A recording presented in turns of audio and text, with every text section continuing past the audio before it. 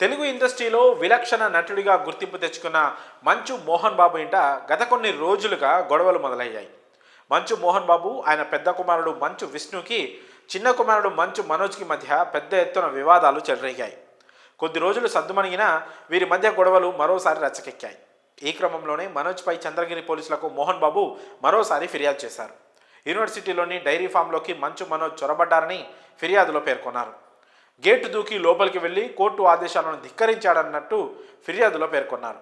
దీంతో మంచు కుటుంబంలోని వివాదం జల్పల్లి నివాసం నుంచి ఎంబీ యూనివర్సిటీకి చేరిందని అంటున్నారు సినీ వర్గాలు. అసలేం జరిగిందంటే, రంగంపేటలో జల్లికట్టు పోటీలు చూసేందుకు వచ్చిన మనోజ్ తన తాతయ్య నానమ్మల సమాధులకు నివాళులర్పించేందుకు లోపలికి వెళ్తానని పట్టుబట్టారు. మంచు మనోజ్ వస్తున్నారన్న విషయం 2 రోజుల ముందే మోహన్ బాబుకి తెలిసింది. గత కొన్ని రోజులుగా మంచు మనోజ్తో జరుగుతున్న వివాదాల నేపథ్యంలో ముందుగానే అప్రమత్తమయ్యారు మోహన్ బాబు. కోర్టు ఆర్డర్స్ తెచ్చుకున్నారు. యూనివర్సిటీ పరిధిలో ఎలాంటి అల్లరి జరగకుండా బౌన్సర్లను కూడా ఏర్పాటు చేసుకున్నారు. ఈ క్రమంలోనే మంచు మనోజ్ అక్కడికి చేరుకుని తాను చెయ్యాలనుకున్నది, చెప్పాలనుకున్నది మీడియా సాక్షిగా చెప్పారు.